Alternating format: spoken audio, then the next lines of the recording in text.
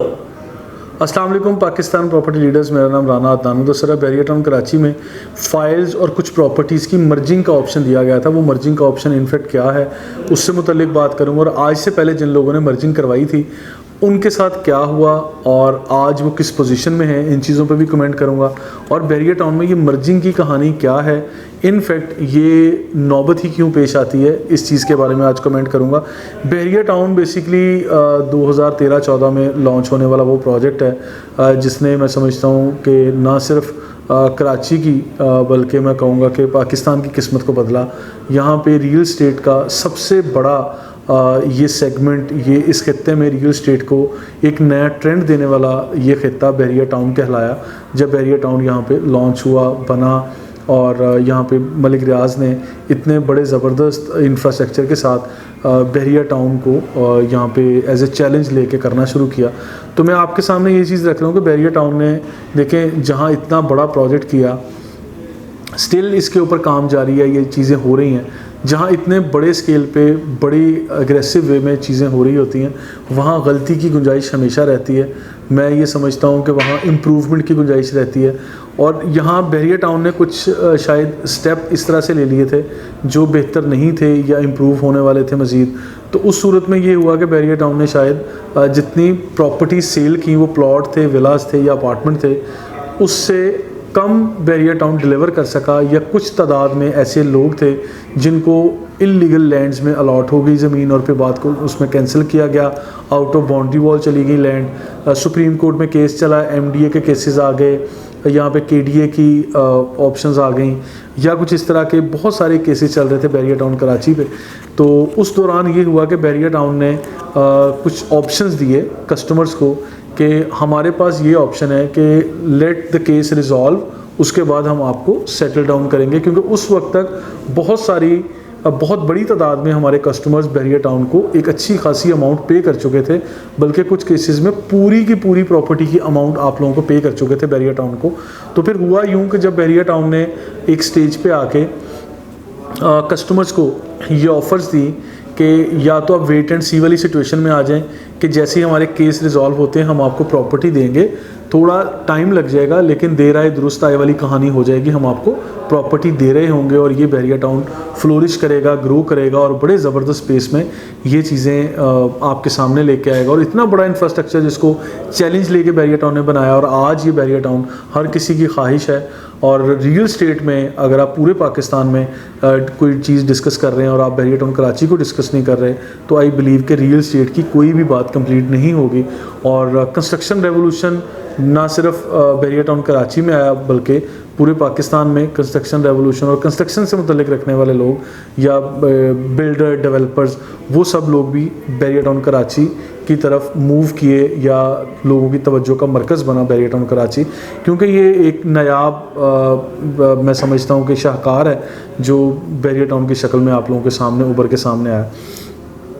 तो हुआ यूँ कि बैरियर टाउन ने आपको 3-4 ऑप्शंस दिए थे। सबसे पहला ऑप्शन वेट एंड सी वाली सिचुएशन है कि आप इंतज़ार कर लें, हम आपको प्लॉट देंगे। दूसरा ये आपको ऑप्शन दिया था कि बैरियर टाउन से आप रिफ़ंड अप्लाई कर सकते हैं। आपको रिफ़ंड, आप जो जितनी भी अमाउंट आपने पे की हुई है आप रिफ़ंड के लिए अप्लाई करें, आपको ये रिफ़ंड मिल जाएगा। और कुछ ऐसे लोग थे जिन्होंने पेमेंट्स नहीं की थी, उनको बैरियर टाउन ने कैंसिल कर दिया।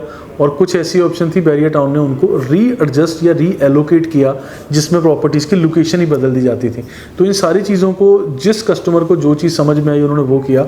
इसके साथ साथ बैरियर टाउन ने कुछ प्राइवेट बिल्डर्स को ऐसा ऑप्शन दिया कि आप लोग ये जो बैरियर टाउन के मुतासरीन की फ़ाइल्स हैं या अमाउंट है, इस अमाउंट को आप लोग मर्जिंग के तहत एडजस्ट कर लें अपने प्राइवेट प्रोजेक्ट्स के अंदर। और फिर वो प्राइवेट बिल्डर्स या वो लोग जो ऑथोराइज्ड डीलर्स थे, वो लोग क्या करते थे उन फाइल्स का कि वो बैरियर टाउन में जब प्रॉपर्टी नई परचेज़ करते थे, उस अमाउंट को उस अपनी नई प्रॉपर्टी के अंदर कहीं ना कहीं अकोमोडेट करवा लेते थे। ये बैरियर टाउन की अप्रूवल के और बैरियर टाउन की समझ लें कि मर्ज़ी के साथ ही ये होता था जब ये चीज़ें बैरियर टाउन ने खुद अलाउ की। तो एक टाइम था जब हम लोगों ने मर्जिंग पर बात करना शुरू की, तो लोग ये समझते थे कि मर्जिंग की कहानी जो यहाँ पे डीलर्स बात करें, इनका पर्सनल इंटरेस्ट है, इनके अपने मुफादात हैं सिर्फ, और इसीलिए ये हमें कन्विंस कर रहे हैं कि आप लोग मर्जिंग करवा लें, वरना आप लोगों का नुकसान होगा। तो हमने तो हमेशा सारी की सारी ऑप्शंस रखी, साल 2020, साल 2021 और आज साल 2022 है। आप गुज़िश्ता 2 सालों की वीडियोस उठा के देखेंगे, अगर PPL के फॉरम से कभी भी कोई भी वीडियो अपलोड हुई, उसमें ये 4 या 5 ऑप्शंस आपके साथ शेयर की गई होंगी।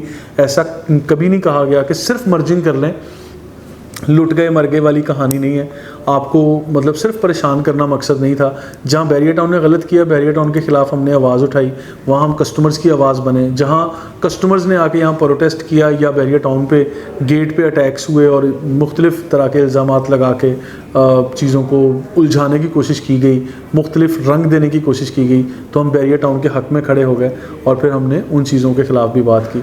तो बहरहाल जब कस्टमर की बात आती है या बैरियर टाउन की बात आती है, तो हम दोनों चीज़ों को मुनासिब अपनी सूझबूझ और अकल शऊर के मुताबिक समझ के चलते हैं और कोशिश करते हैं कि मुनासिब बात की जाए, गैर मुनासिब बात करने का मैं कायल नहीं हूँ। तो आज मैं इस वीडियो में आपको मैसेज ये दे रहा हूँ कि जिन लोगों ने मर्जिंग की वो आज किस पोजीशन में है। फॉर एग्जांपल मैं एग्जांपल दे के बात करता हूँ कि आज से तकरीबन 2 साल पीछे चले जाएं, जिन लोगों ने मर्जिंग हमारे रिकमेंड करने पे अबुल कासिम के प्रोजेक्ट्स में की थी और उन लोगों ने मेन जिना एवेन्यू के ऊपर 3-4 बिल्डिंग्स ऐसी हैं जो आज वो डिलीवर कर चुके हैं, हैंड ओवर कर चुके हैं, उसमें ऑफिस या अपार्टमेंट्स बुक करवाए थे। आज वो ऑफिस वो लोग ओन कर रहे हैं, उसका पर स्क्वायर फीट रेट भी बढ़ चुका है। अगर फॉर एग्जांपल किसी ने 50 लाख रुपए में ऑफिस बुक करवाया था, आज वो 60 या 70 लाख रुपए में बड़े आराम से बेच रहा है। और अगर किसी ने 1 करोड़ 20 लाख या 1 करोड़ 30 लाख में बुक करवाया था, आज 1 करोड़ 70-80 लाख रुपए में वो ऑफिस की सेल कर सकता है, क्योंकि उस टाइम आपकी फाइल्स को मर्ज किया गया। फाइल्स के रेट मार्केट में 40 से 45% माइनस के चल रहे थे, जब आपकी फाइल्स को 100% यहाँ पे अकोमोडेट किया गया। तो आज मैं बात कर रहा हूँ फिर से, क्योंकि बैरियर टाउन ने अब फिर कुछ प्राइवेट बिल्डर्स को जो जहाँ काम कर रहे हैं उनको मर्जिंग का ऑप्शन दिया है कि आप लोग जो आज भी कुछ लोगों की न्यू प्रेसिडेंट के मुताबिक 32 ABCD बैरियर ग्रीन्स का कुछ पोर्शन है, प्रेसिडेंट 61, 62, 63 ग्रीन वैली के, barrier paradise, barrier sports city की कुछ फाइल्स हैं, कुछ एरियाज़ हैं जिनको चांस दिया है कि ये लोग अपनी डिफरेंट चीज़ों में डिफरेंट तरीके से ये अपने प्राइवेट प्रोजेक्ट्स में प्रोजेक्ट करने वाले लोगों को ये मौका दिया है कि ये कस्टमर से ही वो फाइल वेलकम करके अपने प्रोजेक्ट्स में अपार्टमेंट दे दें, उनको ऑफिस दे दें, शोरूम दे दें, दुकानें दे दें, इन चीज़ों को वेलकम कर सकते हैं। तो लिहाजा ये आज एक फिर हमारे पास ये अपॉर्चुनिटी मौजूद है कि हम लोग एडजस्टमेंट कर सकते हैं, मर्जिंग कर सकते हैं। इसलिए ये सारी पुरानी कहानी आप लोगों को सुनाई कि जिन लोगों ने 1 साल या 2 साल पहले मर्जिंग करवाई थी, आज उनकी प्रॉपर्टीज़ भी अप्रिशिएट हो चुकी हैं, मार्केट में पर स्क्वायर फीट रेट बढ़ चुका है, construction material, cost of land, हर चीज़ पे एप्रिसिएशन आ चुका है। इन चीज़ों को आप लोग देख सकते हैं। इन चीज़ों को अगर आप लोग भरपूर तरीके से एनालिसिस करेंगे तो आपको ये चीज़ समझ आएगी कि आप लोगों ने मर्जिंग करवा कर कोई बुरा फ़ैसला नहीं किया, ये आपके हक़ में बेहतर था, कल भी और आज भी। अगर आप लोग इस तरह की स्विचिंग चाहते हैं, आप लोग मर्जिंग की तरफ जाना चाहते हैं, तो आप लोग चंद एक अच्छे प्राइवेट बिल्डर्स का इंतखाब कीजिएगा जिनका हिस्टोरिकल बैकग्राउंड हो, जो डॉक्यूमेंटेशन अच्छी देते हों, जो एफिडेविट्स कम से कम लिख के दें आपको, जिस तरह अबुल कासिम ने दिया था। मैं हमेशा एग्जांपल के साथ बात करता हूँ। इसी तरह के जिन लोगों ने पहले भी डिलीवर किए प्रोजेक्ट और आइंदा भी करेंगे, जिन लोगों ने बहुत सारी ऑप्शंस आपके साथ शेयर की और जिन लोगों ने मल्टीपल ऑप्शंस दे के आपको आपके मुताबिक किसी भी प्रॉपर्टी में एडजस्ट करने के लिए कहा, तो इन चीज़ों में आप लोग देखिए आज भी ऑप्शंस मौजूद हैं। लेकिन प्राइवेट बिल्डर्स का इंतखाब करते वक्त आप लोग ज़रा थोड़ा सा आंखें खुली रखेंगे और मुनासिब तरीके से डिसाइड करेंगे। इन चीज़ों को देख लीजिए।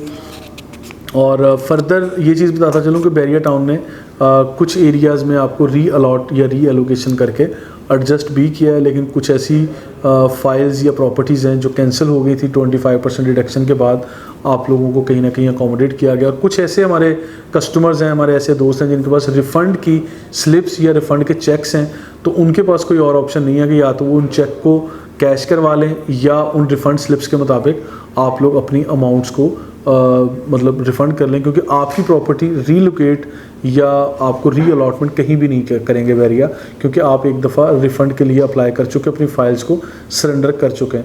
फर्दर इन्फॉर्मेशन के लिए, वीडियोस के लिए और आपकी अपनी मर्ज़ी का या आपका कोई टॉपिक जो आप चाहते हैं कि हम किसी भी टॉपिक पे वीडियो बनाएं जो रियल एस्टेट से मुतल्लिक हो, हमारा नेक्स्ट वीडियो का टॉपिक बन सकता है, हमारी गुफ्तगू का हिस्सा बन सकता है। फर्दर वीडियोस के लिए देखने के लिए आप हमारे चैनल सब्सक्राइब कर लें। Thank you so much.